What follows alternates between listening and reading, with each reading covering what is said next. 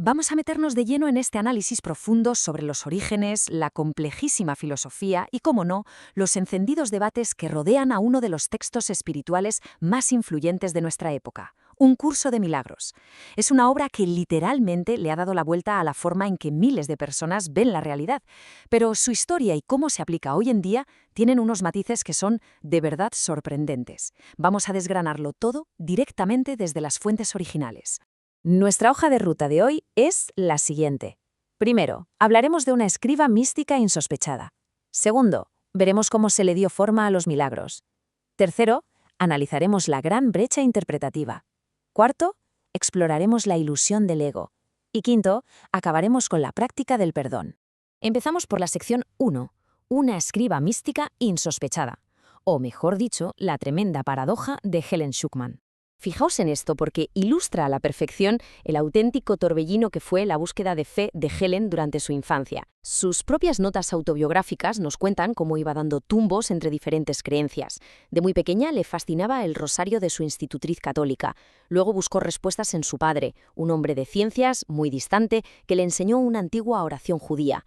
Más tarde intentó empaparse de la teosofía de su madre, hasta que, a los 12 años, acabó haciendo una súplica desesperada en el santuario de Lourdes en Francia.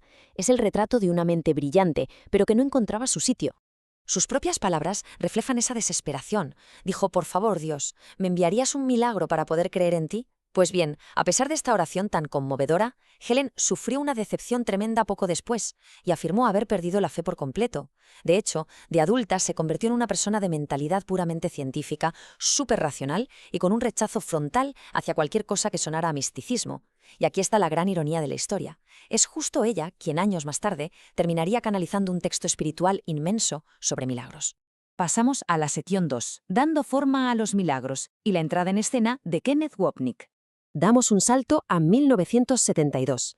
Es el momento en que el psicólogo clínico Kenneth Wapnick conoce a Helen Schucman y a su colega William Thetford. La llegada de Wapnick lo cambió todo. Se convirtió en el gran arquitecto que le dio la forma definitiva al texto. Gracias a su formación académica, logró pulir las notas originales, organizó todo aquel inmenso material para que fuera comprensible y además creó las bases institucionales necesarias para que esta filosofía tan compleja pudiera llegar a todo el mundo.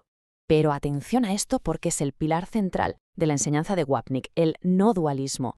Básicamente, es la idea de que el mundo físico, nuestros cuerpos y nuestros problemas del día a día son literalmente una completa ilusión.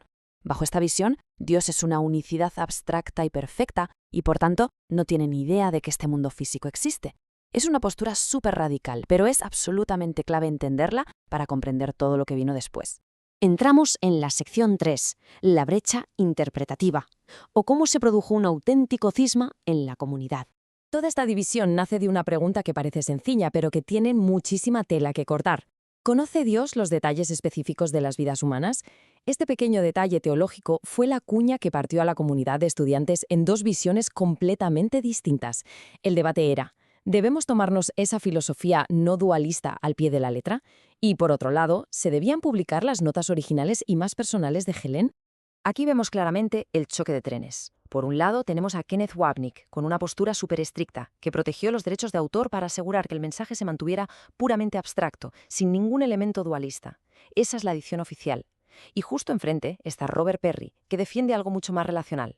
Perry sostiene que Dios sí está presente en nuestros detalles cotidianos y apoya una edición que recupera los ejemplos específicos que se le dieron a Helen, unos ejemplos que Wapnick había dejado fuera por considerarlos irrelevantes.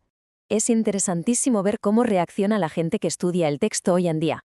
Si echamos un vistazo a los foros, vemos que debaten sin parar sobre si esto es una fractura teológica gravísima o una simple pérdida de tiempo. Para muchos, al final del día, discutir si Dios conoce o no los detalles es solo una cuestión semántica que nos distrae del verdadero objetivo. De hecho, a pesar de las antiguas tensiones sobre censura o derechos de autor, reina una actitud muy neutral y práctica.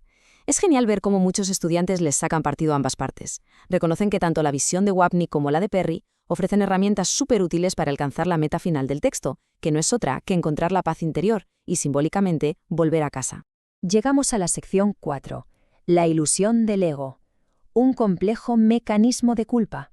Vale, aquí hay que cambiar un poco el chip. En este marco filosófico, el ego no es simplemente creerse mejor que nadie o tener mucho amor propio. No. Se define como un sistema de pensamiento defensivo, superactivo y que se alimenta del miedo. Su objetivo principal es usar los conflictos, la ira y hasta las enfermedades para mantenernos atados a la idea de que estamos completamente separados de los demás y del resto del universo. Es como el truco de distracción de un buen mago. El ego nos obliga a mirar siempre hacia afuera, a centrarnos en los problemas del mundo físico, en lo externo, en la forma. Y al hacer esto, consigue que olvidemos buscar la verdadera sanación en nuestro interior, que es el contenido. Básicamente, es una estrategia diseñada a la perfección para robarnos la paz mental. Y vamos con la última parte, la sección 5, la práctica del perdón, o cómo bajamos toda esta teoría a la tierra. Aquí es donde la cosa se vuelve práctica. Wapnick proponía un proceso súper metódico para convertir esta filosofía tan elevada en una herramienta psicológica del día a día, sobre todo para gestionar la ira. Primero, hay que reconocer que el enfado nunca viene realmente de lo que ha pasado fuera. Segundo, admitir que reaccionar así es una trampa del ego. Tercero, observar esos pensamientos sin fustigarnos ni juzgarnos. Y por último, pedir internamente una nueva forma de ver la situación. Todo esto se resume en un principio demoledor. Nunca estoy disgustado por la razón que creo. Aplicar este tipo de perdón requiere una honestidad total con nosotros mismos. Implica admitir que nuestra forma de ver el mundo suele estar bastante distorsionada y que muchas veces el enfado que sentimos hacia otra persona es en realidad un reflejo de una culpa propia que no hemos resuelto. Entonces, ¿cómo se traduce esto al mundo real? Pues significa dejar de esperar que las cosas de fuera nos hagan felices. Implica soltar esas relaciones basadas en la dependencia, dejar de echarle la culpa a los demás y empezar a ver cada conflicto no como un drama, sino como un aula. Cada problema es una oportunidad para practicar el no juzgar y para buscar qué intereses tenemos en común con los demás, en lugar de centrarnos en lo que nos separa. Y esto destila la esencia pura de toda la obra. Si partimos de la base de que el mundo externo es una ilusión, intentar cambiarlo a la fuerza no tiene ningún sentido. El auténtico milagro, el único que de verdad importa, es cambiar nuestras gafas, es decir, cambiar la forma en la que nuestra mente elige percibir ese mundo. Es pasar literalmente de vivir desde el miedo a vivir desde el perdón y la paz. Para cerrar este desglose, dejemos en el aire una última reflexión. Si una herramienta psicológica y espiritual con tantísimo poder transformador puede surgir de una mujer que no quería tener nada que ver con el misticismo y además logra perdurar a pesar de las eternas divisiones humanas, ¿qué es más importante, el mensajero o el mensaje en sí? Quizás la gran lección es que la paz no se encuentra en tener la teoría perfecta, sino en nuestra disposición a aplicarla. Sin duda, nos deja con muchísimo en lo que pensar.